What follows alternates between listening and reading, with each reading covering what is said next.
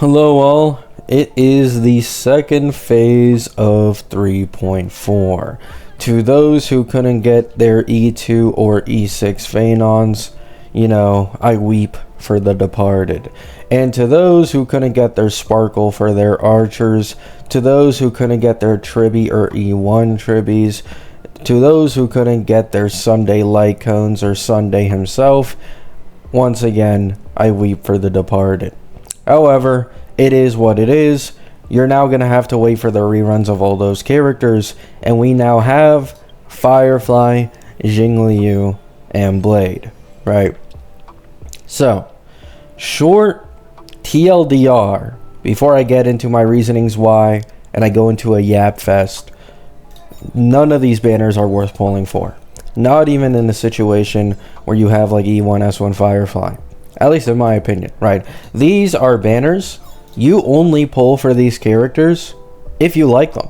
If you don't care about meta, these are the characters you pull for if you just really like them and you really like, maybe want to go E6, E2, whatever, right? Maybe you just want the character in general. That's the only situation where this is worth it, right? Meta-wise, this is straight garbage, right?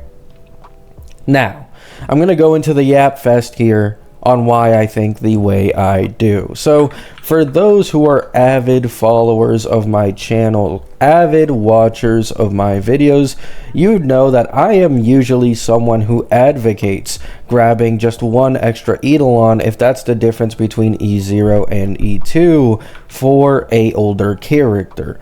However, the thing is that as of current, we have these Fate banners.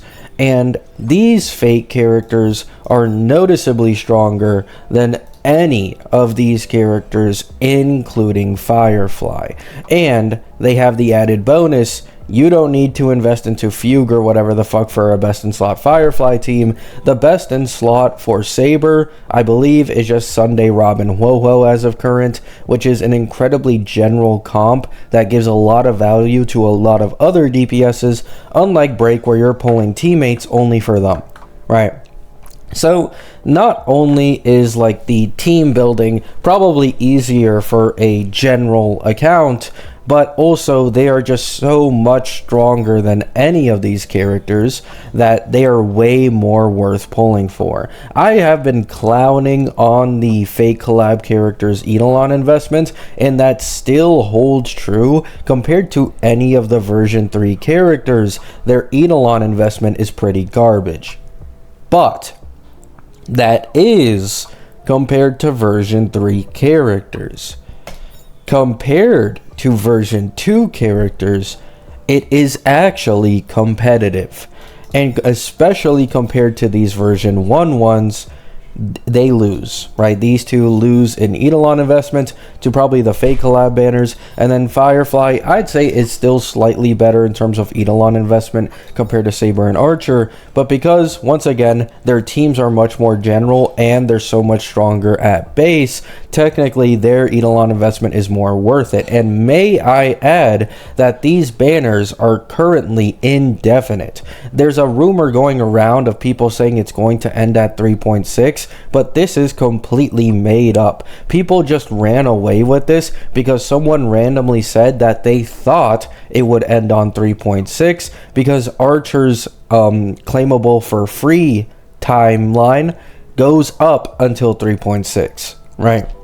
However, these banners are indefinite. In fact, there, I remember, is a website on Weeaboo or whatever, and they have the fake collab banners set to literally never end. It's an official Hoyo website, and they also don't know when they're going to end the banners, and they currently have it planned for indefinitely. So, if there's any characters to go for Eelon Investment for, vertical investment for, it has never ever been easier than for these two. And Archer, as of current, is an incredibly strong DPS. I believe he's actually the strongest DPS in the entirety of the game, or maybe like second strongest, right? Now this will change when Phaedon gets Saridra. However, the point still stands, for a free character, he's insane, right?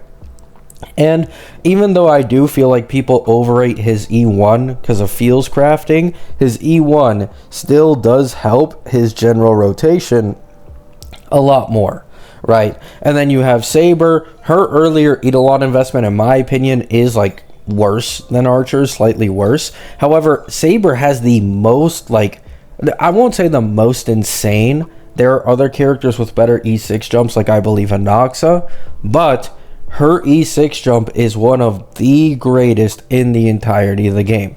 Basically, what I'm saying is these two are way better pull value over these three because they're actually version 3 characters and they're balanced around the version 3 meta, and their Eelon investment is also comparable to Firefly and noticeably better than Jingliu and Blade. So by all means, you should be pulling on this banner instead of these banners, especially since these guys are indefinite and they could possibly be here for like an entire year, right?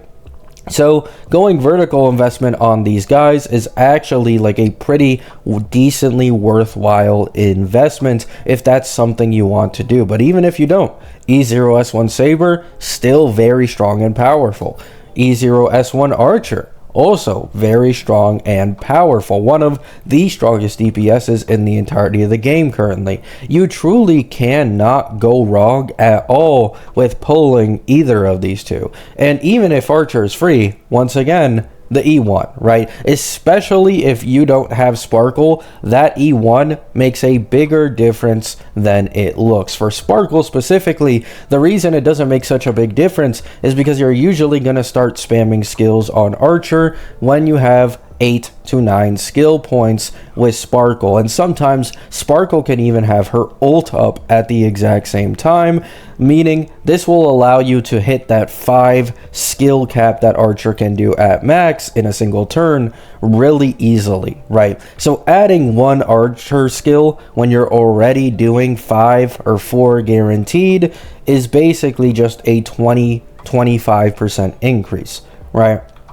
But for non-Sparkle teams, where you can usually only get at max 4 if you time a Sunday ult correctly, otherwise 3 normally, it is a much bigger difference than it looks. Because if you go from consistently doing 3 skills to consistently doing 4, then that is a, I believe, 33% increase from getting his E1. So if you're running, like, let's say a Sunday Archer team because you don't want to pull Sparkle, then the E1 is greater value than it actually looks compared to the E1's value in a Sparkle team, right?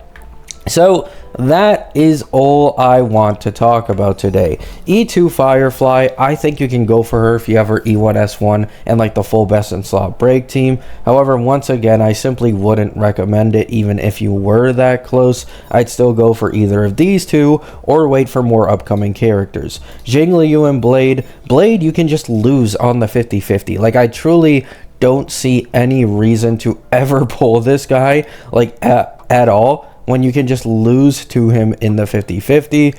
And then obviously, you know, Jingliu, she's just kind of there, right? So love you all. Hope you have a great day. Hope you have a great night. Those are my thoughts and opinions. And lastly, before we end this video, I would like to add that apparently we are only able to get around 25 to 26 pulls in this second half of this patch. So keep that in mind. If you're a complete free-to-play who does not have the monthly pass, the express supply pass, or battle pass, or anything like that, then you are only going to be able to get like 25 more pulls in this second phase, which is pretty depressing, but it is what it is. This is the lowest pulls we've had in a patch since 2.7. The entirety of the version 3 run of patches so far hasn't had a single patch under, I believe, 100 pulls until now, right? Love you all. Hope you have a great day. Hope you have a great night. Peace out.